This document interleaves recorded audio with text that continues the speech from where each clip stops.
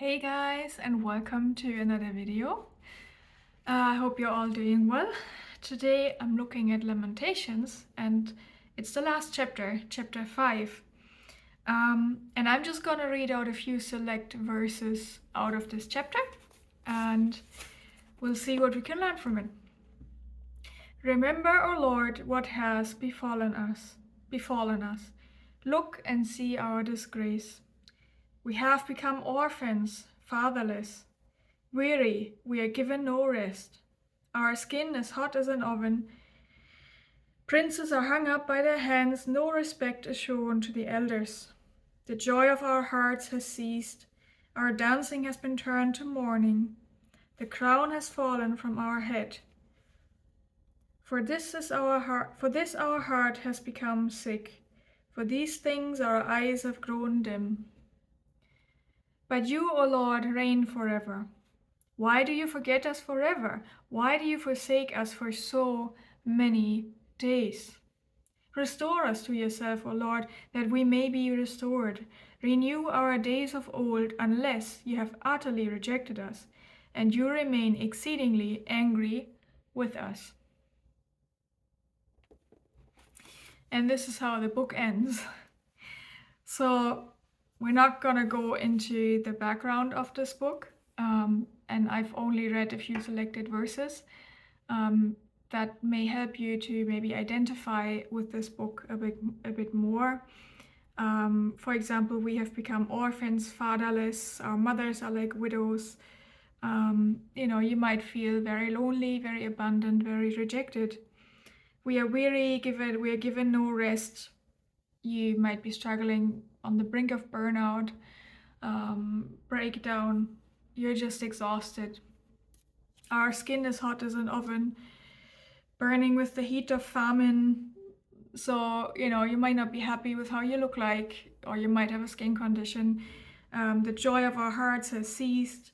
So it's a tough life. Maybe you're struggling with depression, maybe with anxiety. An anxious heart is not a joyful heart either. Dancing has been turned into mourning.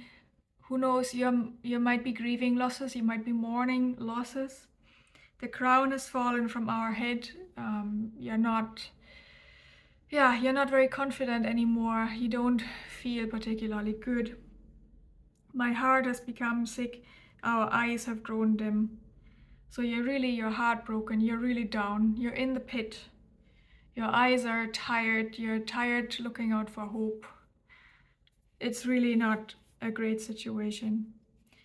And the writer says, why do you forget us forever? Why do you forsake us for so many days? And later he says, unless you have utterly rejected us and you remain exceedingly angry with us. And is that not how we can feel? These are the questions we might have in our heart, but we never dare to ask because, a Christian, how can you say this kind of stuff? But he's saying it, and it's in the scriptures. And the thing is, he's saying it to the Lord directly. And that's one of the main points already, that you can ask these questions. You can share these doubts. Just bring them to the Lord directly. There's nothing wrong with it. Everyone has struggled with them or will struggle with them. Most people will not have the courage to admit it, but it's true. We all have really hard seasons in life, really tough seasons, and these questions pop up, and we need to work through them. We cannot just ignore them. They won't just go away if we ignore them. So ask these questions in an honest and open way, like the writer here does. He's asking the Lord directly. That's my main point. Bring everything to the Lord. Don't be scared of these kind of questions. Bring it all there. And how the writer, he's describing everything. He's describing the whole situation. Do that. Write it down, get a journal, write your prayers down. It's gonna be good. Believe me. Work through it. And now my second point is that don't we love a happy ending?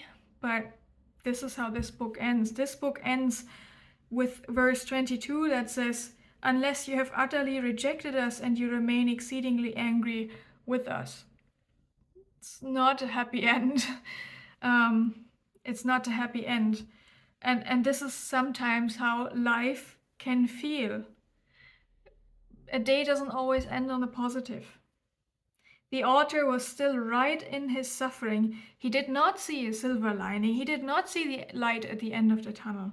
And that is realistic. That's how we experience life at times.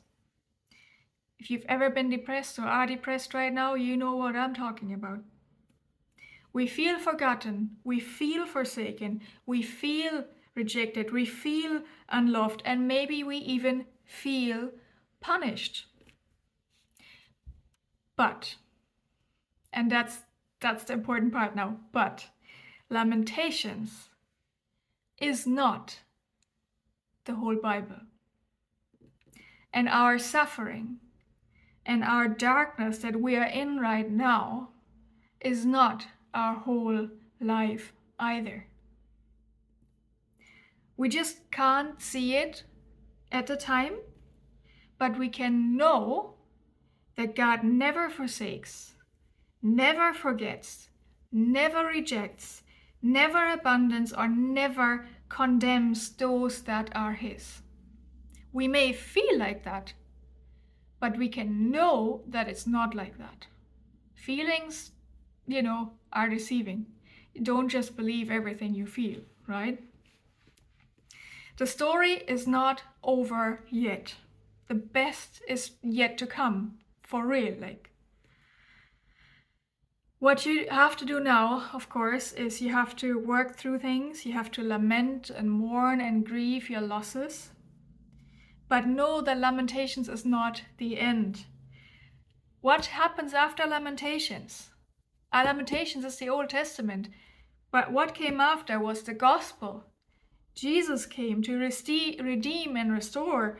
And in Revelation, we can read that one day He will make all things new. He will wipe away every tear, and there will be no more suffering. Isn't that good news? This is the best that is yet to come. And this is our hope, that even if we are down now and our day ends like Lamentations ends, this is not the end. Suffering doesn't have the final say. What awaits us is joy. True, pure, lasting, eternal joy that will never, never be diminished. And that's our hope.